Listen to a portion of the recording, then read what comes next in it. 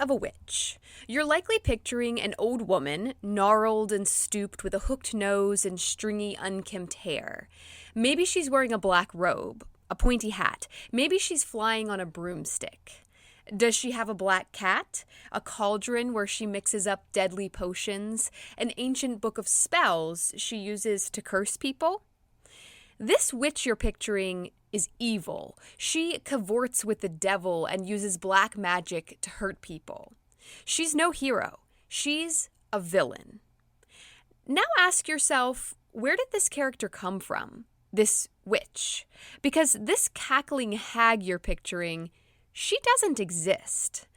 That's not to say witches aren't real. They've always been real. But did you know they aren't villainous conjurors of evil spirits? They're actually healers and caretakers, counselors and therapists, grandmothers tending to the sick, midwives easing babies into the world. Let's fix that.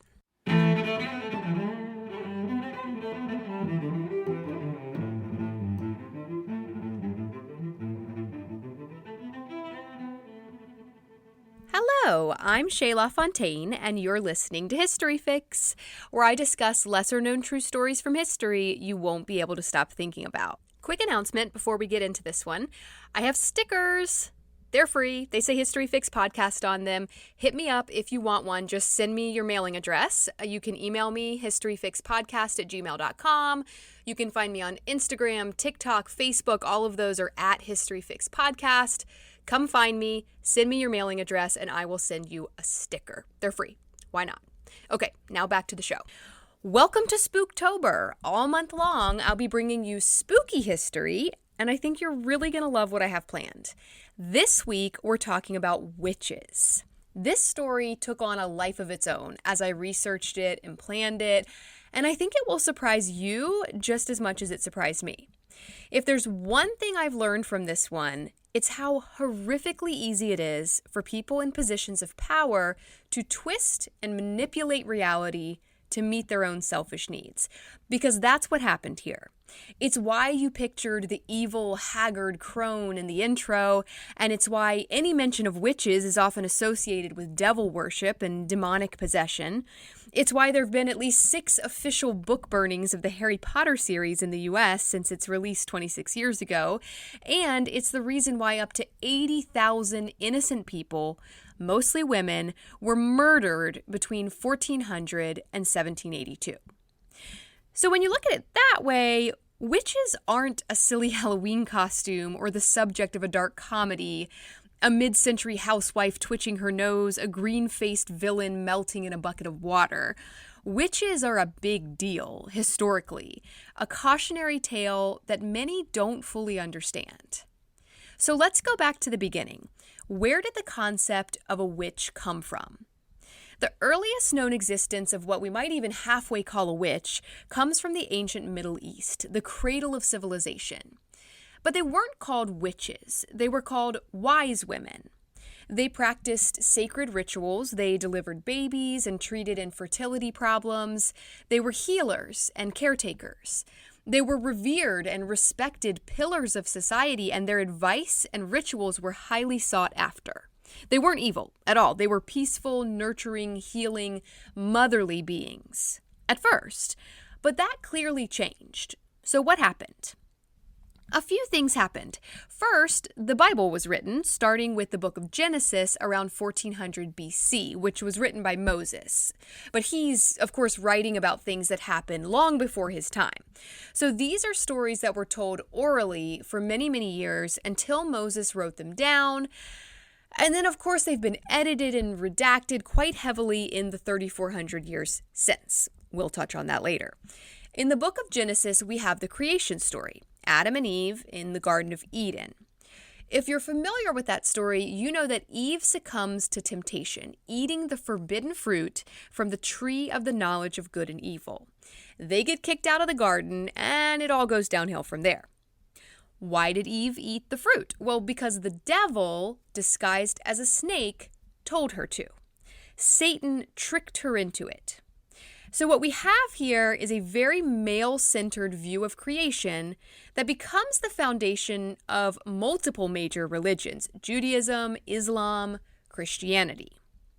A creation in which a woman is tempted by the devil into committing an evil act, the original sin. So you can see how this idea takes root.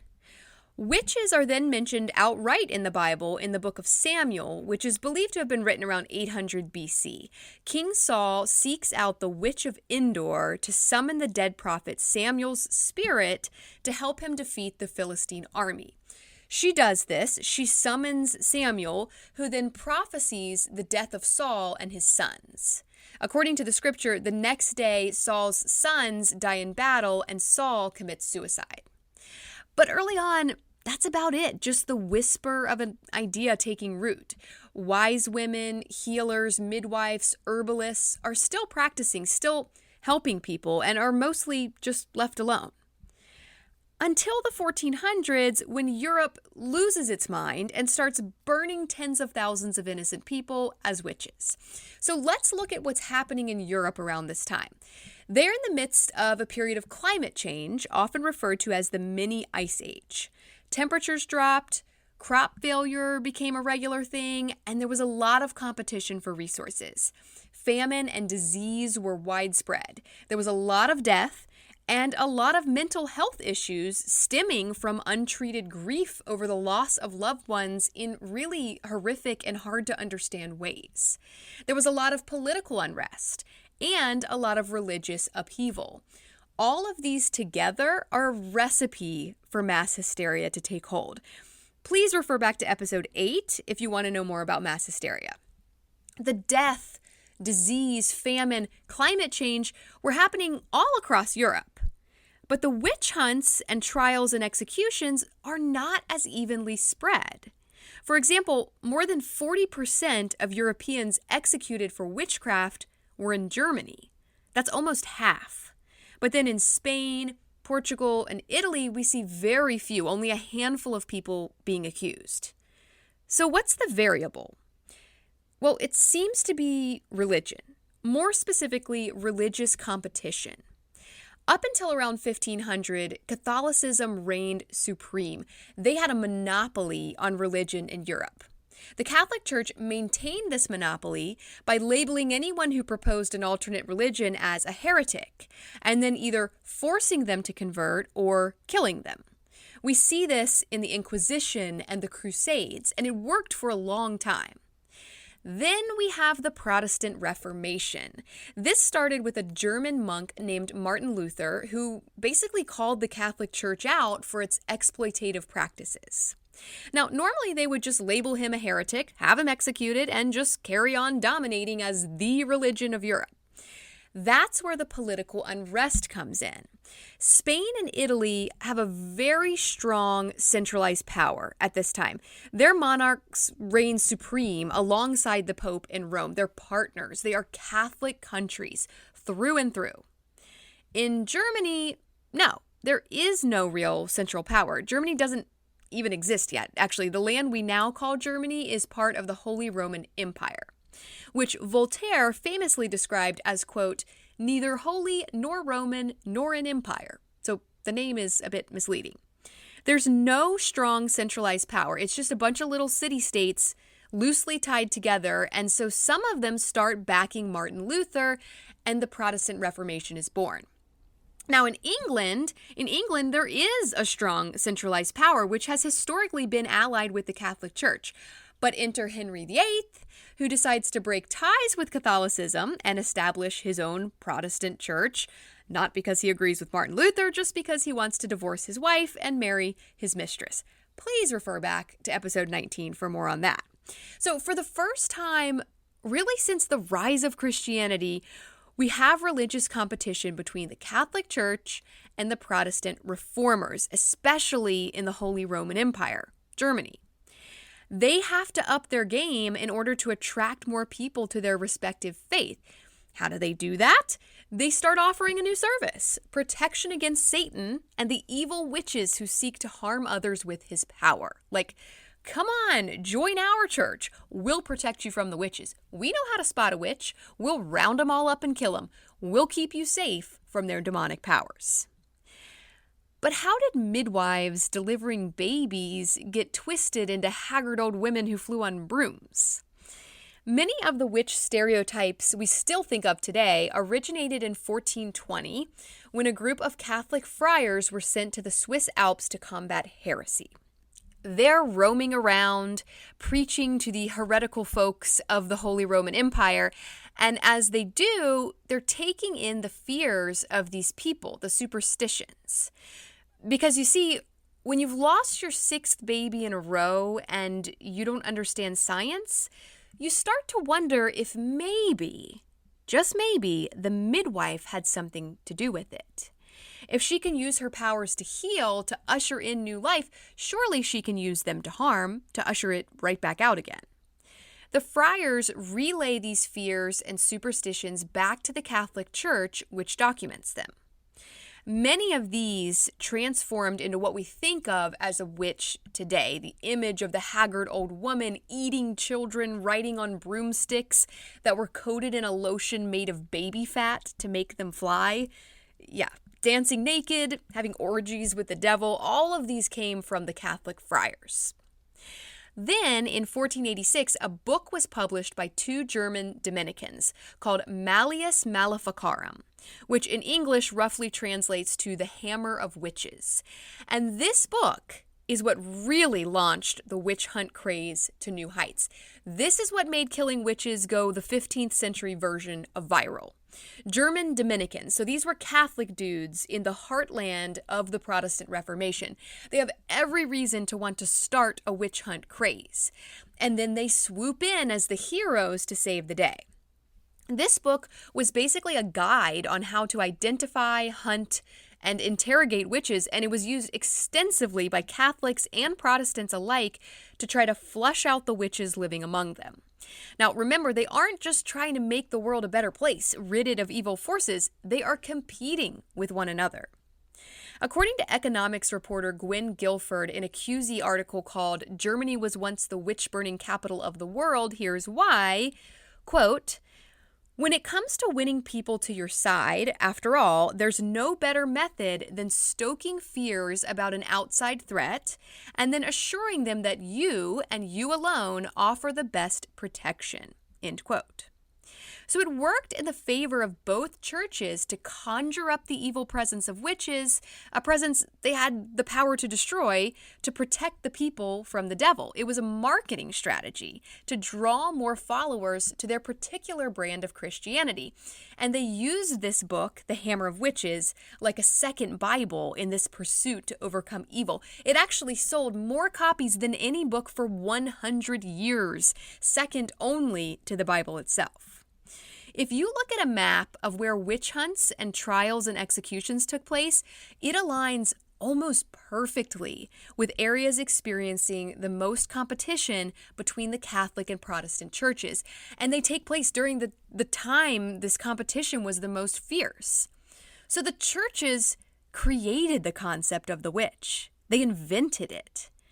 But they couldn't accuse just anyone. Oh no, that would never fly. They singled out the most vulnerable and powerless people in society, women. Mostly single or widowed women who didn't have the protection of a man to stand up for them.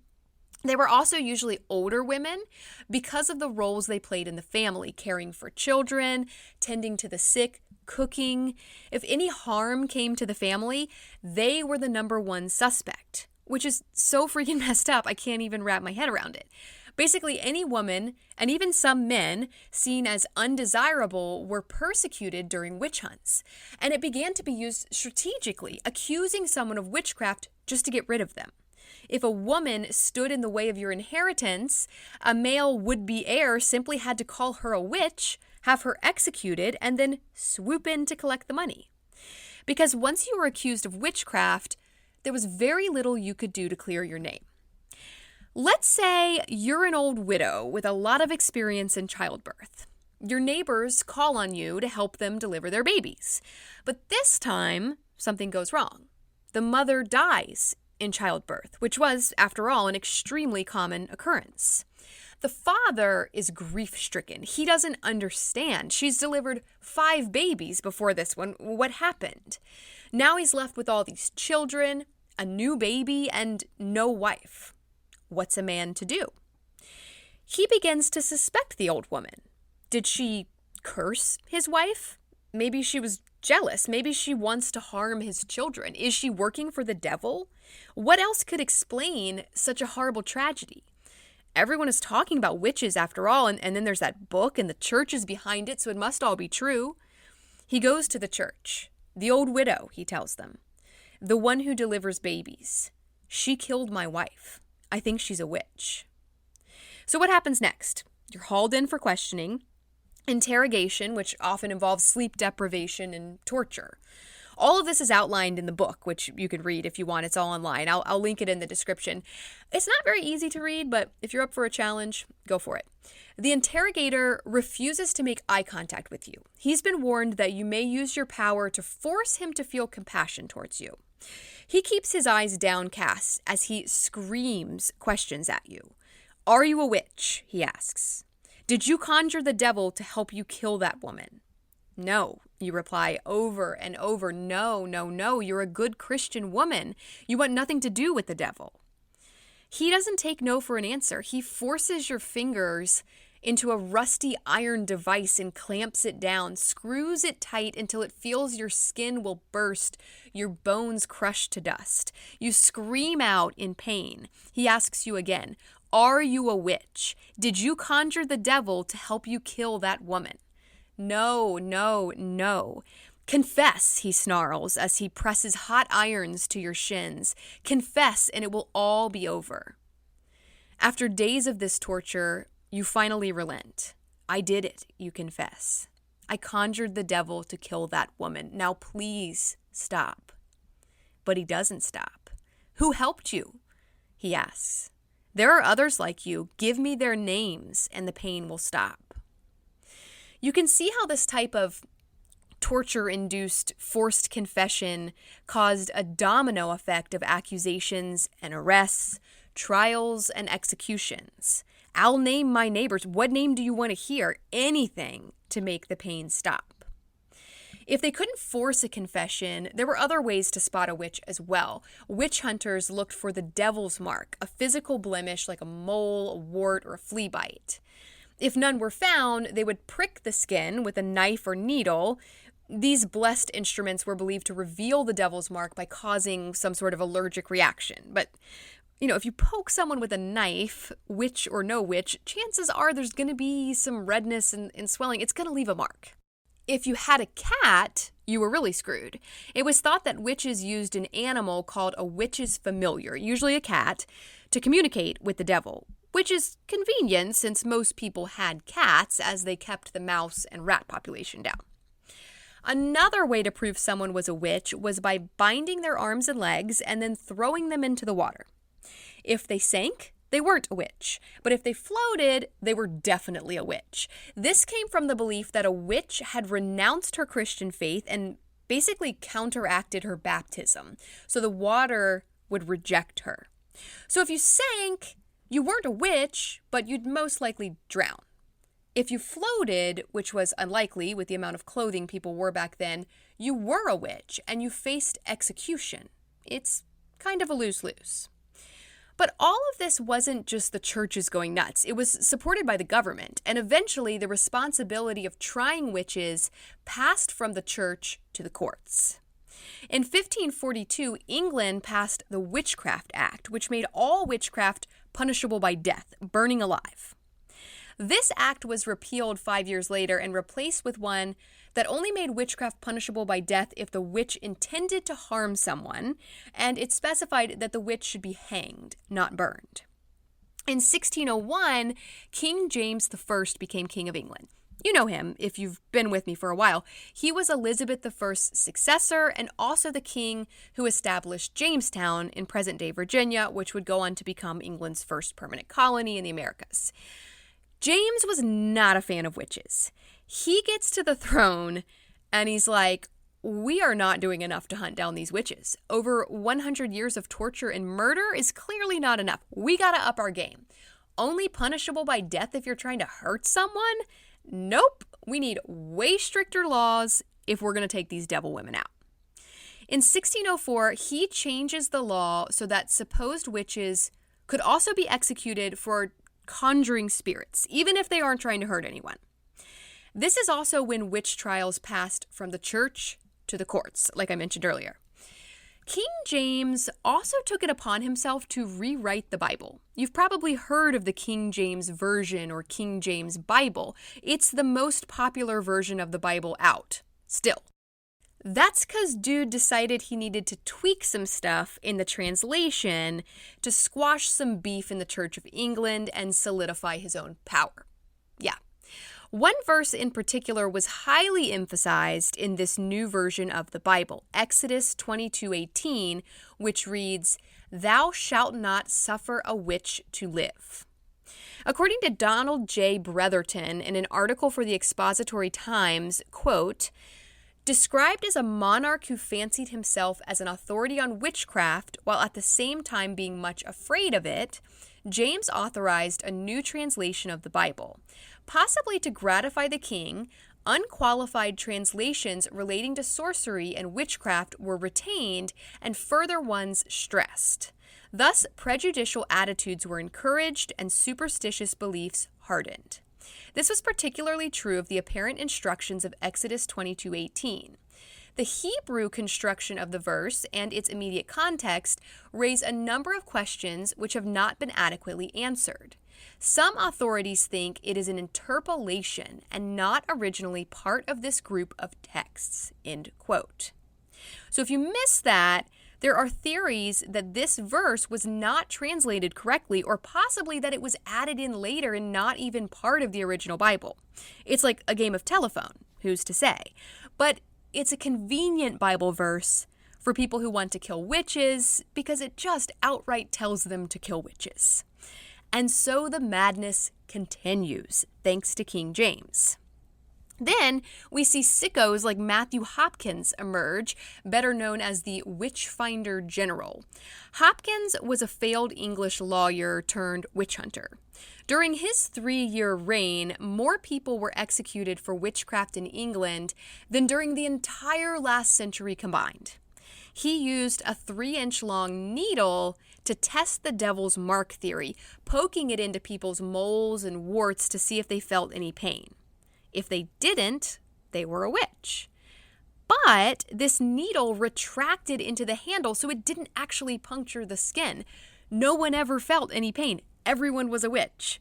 Because you see, Hopkins was getting paid for finding witches. Whole towns collected tax money and then handed it over to this guy for his services, ridding them of their local witches. So finding witches was good for business. He was also known to use the swimming trial I described earlier, where if you floated, you were a witch, and if you sank, you weren't. And fun fact, according to some accounts, Matthew Hopkins actually drowned to death undergoing his own swimming trial after being accused of witchcraft himself. Which, yay justice, but also, is everyone taking crazy pills or what? So here we have a centuries-long witch hunt frenzy fueled by religious competition between churches, a lack of understanding of the science behind misfortune, and terrible people just straight up taking advantage of the craze to rid themselves of undesirables and better their own positions in the world. We see most of the witch hunts and executions taking place in that middle chunk of Europe, the Holy Roman Empire, Germany, Switzerland, France. We have a moderate amount in England and then much, much less, notably less in the Catholic countries along the Mediterranean, Spain, Portugal, and Italy. Also much less in Ireland, which is a staunchly Catholic country as well. They don't have the competition with the Protestant church, the threat of losing their congregations, so they don't have reason to flex their witch-killing abilities like these other places where the two churches are battling. And then there's the American witch trials, most notably in Salem, Massachusetts in 1692. This one is a bit of an anomaly. First of all, it's very late as far as witch hunting goes. They're a bit behind the trend in Salem. But also, there's no Catholic church in Salem. It's a Puritan colony. They are purely Protestant there and also free to worship however they want. That was the whole reason they went there. They crossed a whole ocean for religious freedom. But there is instability and upheaval in the church. If you listened to the mass hysteria episode, I briefly covered the Salem witch trials. But I'll touch on it again because I think what's happening in the church there is the key to understanding the tragic phenomenon that followed, just like in Europe. Over in Salem, there's a new minister in town named Samuel Parris. He's highly controversial, and the people of Salem are divided as to whether or not to follow him. So there you go. The church is being challenged. It's losing followers. It needs to flex a little, show off its power to crack down on evil and protect the people from Satan's power. Interestingly, it's Samuel Parris's 9-year-old daughter, Betty, who starts acting like she's possessed by the devil, screaming, yelling, throwing things, contorting her body. Soon, some of her friends join in, and they throw out the names of 3 women who are afflicting them. This starts the domino effect that leads to the deaths of 25 people, including a 4-year-old girl and also 2 dogs. Crazy pills. But what I find most interesting about all of the witch hunts is that for the most part, the people they were accusing, convicting, executing were Christians. They weren't even trying to defy the church. Joan of Arc, if she had been a man, she would have been a prophet. But as a woman hearing voices, no, you're a witch. They weren't witches in Salem either. They were Puritans. But don't take that to mean that witches don't exist. I know it gets confusing. Like pirates, real. Mermaids, not real. Mummies, real. Zombies, not real. Witches, real. But just not in the 15th century Malleus Maleficarum way. More in a throwback to the wise women of ancient times way. And I just had to know more, so I reached out to a couple of witches. Hello, my name is Emma Louise Dyson, and I am an earth medicine practitioner. I work with crystals and with herbs and also working with the elements, and I'm also a practicing witch here in the UK. Emma was an absolute gem. I absolutely adored her, and I think I'm going to publish the full interview on Wednesday as a mini fix, but here are some parts of it now. So I have to admit, I don't know much about witchcraft at all. So could you just kind of tell me, like, what is witchcraft? How do people practice it? What does that look like? Wow. Okay. So it's really such a broad kind of spectrum.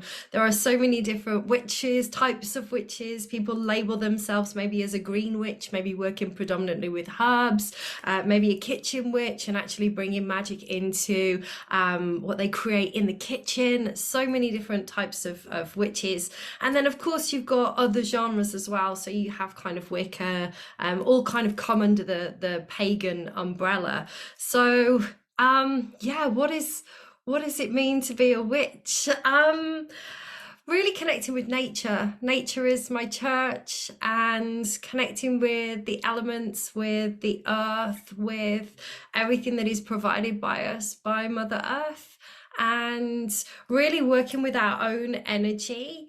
And, a lot of people talk about manifestation and working with the law of attraction. And absolutely, there's an element to that as well, using our own energy to be able to fuel our intentions and actually layering other layers of energy on top of that by adding things like herbs or crystals or different other correspondences. So I'm pretty familiar with how people worship in the Christian church. There's prayers and they sing hymns, and there's certain rituals like baptism or communion. Is there anything like that that you do to worship, like anything similar to a prayer or a song or any certain type of ritual that you do? So in terms of worship, there are some witches who will worship certain deities, some witches that will maybe focus on Greek gods and goddesses. Some will feel really more drawn to other different cultures. And so when it comes to witchcraft, it's really about what really resonates with you. For me personally, I don't particularly work with any specific deities. I do have Persephone and Lilith on my wall right here. I love their energy, but I don't particularly work with any deities. And then in terms of kind of events that you would have, like baptisms and things like that, if you're working in a coven with multiple people, then there can be some form of initiation. I'm a solitary witch and I practice solitary, but other than that, we have hand fastings. That's not necessarily just witches, but that's more kind of pagan rather than being a religious wedding. That would be an alternative there. So when I think of witch, what kind of just pops into my head is kind of like the Halloween costume with like the pointy hat and the broom. And I think that's true for a lot of people. That's sort of this, the visual image that I get. And a lot of times I feel like that image of the witch is associated with evil. She's like a villain, so there's like this devil worshiping connotation that it kind of brings with it. But what you've described doesn't sound like that at all. So where do you think that comes from? I don't, it comes from fear, I think. The witches were the healers. Like back in the day, the witches were the healers. People would go and find their witch in the woods or wherever if they needed help, if they need healing. Witches would understand the herbs, they would understand the natural medicine, they would understand how they could heal people. And they also had this relationship with the elements, and to really be able to command by using their own power, their own energy. And so I think that they were feared because they were misunderstood, but they were also really powerful medicine people. And so yeah, I think that may be why it's portrayed that way. The witch wound is still a thing. We can carry that through our ancestral line, and it's definitely something that has come up for me as I've been moving forward and being more open in my practice, is like, these things coming up. What are people going to think? What is this person going to think of me? What is that person going to think? How am I going to be perceived? And so back in the day, witches were obviously, killed. There was, the whole trials, the witch trials across the world, in fact. And so in our bloodline, I think a lot of people that do practice are going through this process of healing that within themselves as well. So what do you want people to know about just witchcraft and kind of your beliefs and what you do? What do you want sort of the takeaway to be? For me is that it really is a nature-based practice. It is about living in harmony with the changing of the seasons, with the wheel of the year. It's about really feeling into the energy and working with the energies of the seasons. And I believe that most witches that I know and in my circle really practice for the good of all, for the good of the planet, for the good of Mother Earth, for the good of all around them. And it really is just, I think it's some long lost traditions that are deeply rooted within us and with our ancestors, that we live in a world right now where like everything is instant, everything is just everywhere, and we sometimes just forget just to appreciate.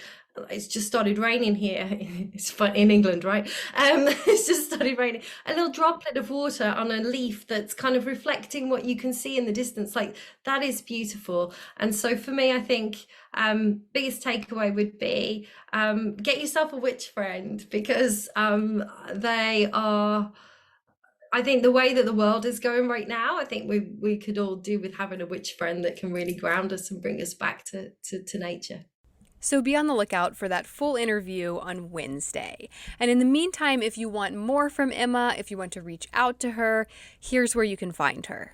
I have a free Facebook group which is called the Wild Child Crystal Collective, and I share all things there, from crystals to herbalism to traditional witchcraft. So that's a free group that anybody can join. You can also find me on TikTok as well. I am at The Wild and Untamed Way. I'm in the process of I've just sold my house and moving off grid. So I'll be sharing my journey moving back off grid and really connecting with the land there as well. And yeah, I'm on Facebook as Emma Louise Dyson. So yeah, feel free to connect there. I'll post links to connect with Emma in the description as well. And then I spoke with Ben because not all witches are women. So my name is Ben Stimpson. I'm a psychotherapist, I'm an author, and I'm also a student. I'm currently completing a Bachelor in Liberal Studies with focus on classical, medieval, and religious studies at the University of Waterloo. I'm also a pagan author, so my book just recently came out through Llewellyn, and so I've really been steeped in paganism, witchcraft, and magic for the past 20 years. Ben brought a very academic viewpoint to my quest to better understand witches. So I really wanted to pick his brain about where this perception of the evil witch came from. Well, I think it's very much cultural based. I think that particularly that word witch, and when you look kind of cross culturally in every culture, there seems to be like an archetype of, a dangerous non-human hag or crone or being in the forest, right? I think that then was conflated with the idea of devil worshipping, and so traditionally, when you look at European kind of witchcraft and magic use, there's some fantastic studies and books out there that show this in detail. But you generally had within that Christian worldview two streams. You had individuals who were with the devil and individuals who were with God. So when a lot of the witchcraft trials that were going on, it wasn't witchcraft that they were being killed about. It was because they were aligning themselves with the devil. That was what and so you got into this idea of apostasy, right, which was a major sin in the medieval age. So really, that idea of the two streams, most magic users would have seen themselves as good Christians in the same way that now you go to any folk healer in like South America or Italy or around the world, most folk healers who are strong, oh, no, I'm Christian, oh, no, I'm Buddhist, right? Even though they're practicing magic and, all sorts of things. I think the misconception then comes in with that word witch, right? I also think that because of Victorian storytelling, so many of the wicked witches in those stories are told to us as children. And I think that also that understanding that magic has been a part of culture for such a very long time has been lost. So in the past 150 years, most people, especially with that kind of rationalism, modernism piece, has conflated that with the idea of superstition beneath us, ridiculous. And also the fact that even the word witch, right? I mean, if people had used the word wise people or cunning folk or whatnot, that doesn't have the same sting as witch. And so I think that also comes into it. People have those assumptions of what that word means, what those people do, and that's why. When you step out of that Judeo-Christian mindset, when you step out of that morality, then things become a little different. I think that a lot of people, especially coming from that Judeo-Christian mindset, even if they don't ascribe to it anymore, still have that worldview as a subconscious thing. And I think that the major point here is to step out of that worldview, try to see it from somebody else's worldview. And so with Wicca, witchcraft, or whatever, judging any tradition based on your own standards is not going to get you very far, and you're never actually going to understand those traditions. So, speak to people, but there's all sorts of books, all sorts of documentaries. Since the pandemic, there's all sorts of content online. Listen to some of the voices of those traditions, listen to how they're interacting and understanding, and also know it's okay not to understand it all. You don't have to understand it all, but you also, can't be making judgments based on something you don't understand either. And of course, I'll post my full interview with Ben on Wednesday as well, so it will be a double minifix day. Yay. But if you want to find him, he is a published author and also has his own podcast. My podcast, Essence Podcast with Ben Stimpson. You can find it on Spotify and I think Apple and Amazon. I also have it on YouTube too, Ben Stimpson Author. I've been really focusing on interviewing a lot of the major figures in folkloric and traditional crafts right now. And I have about 48 episodes under my belt right now. So a lot of interviews, a lot of content. You can go to benstimpson.com.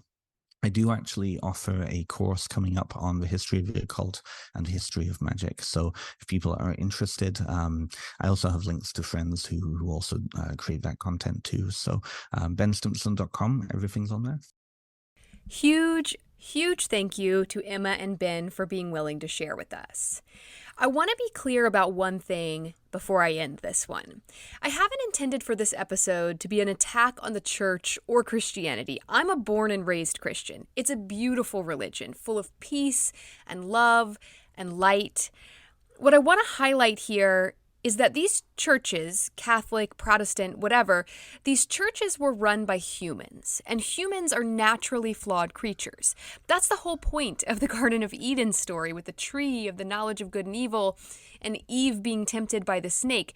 That's the moral of the story. We can choose. We have free will. We can choose to be good and kind and loving to one another, or we can choose to use and abuse and trick each other for our own personal gain.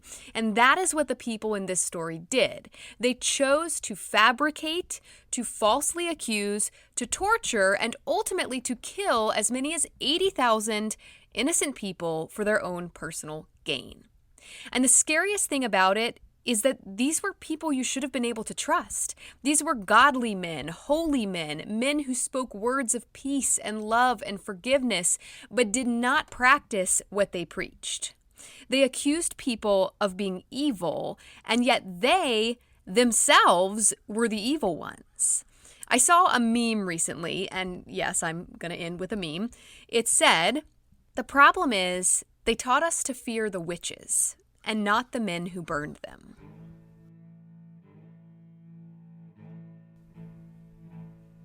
Thank you all so very much for listening to History Fix. I hope you found this story interesting and maybe you even learned something new. Be sure to follow my Instagram at History Fix Podcast to see some images that go along with this episode and to stay on top of new episodes as they drop. I'd also really appreciate it if you'd rate and follow this podcast on whatever app you're using to listen. That'll make it much easier to get your next fix. Information used in this episode was sourced from the Hit the Lights podcast, The History of Witches and Witchcraft, History.com, Getty, Library of Congress Research Guides, QZ Magazine, Polygon, BigThink.com, The Expository Times, and Historic UK. Links to all these sources can be found in the show notes, along with those links to find Emma Louise Dyson and Ben Stimpson.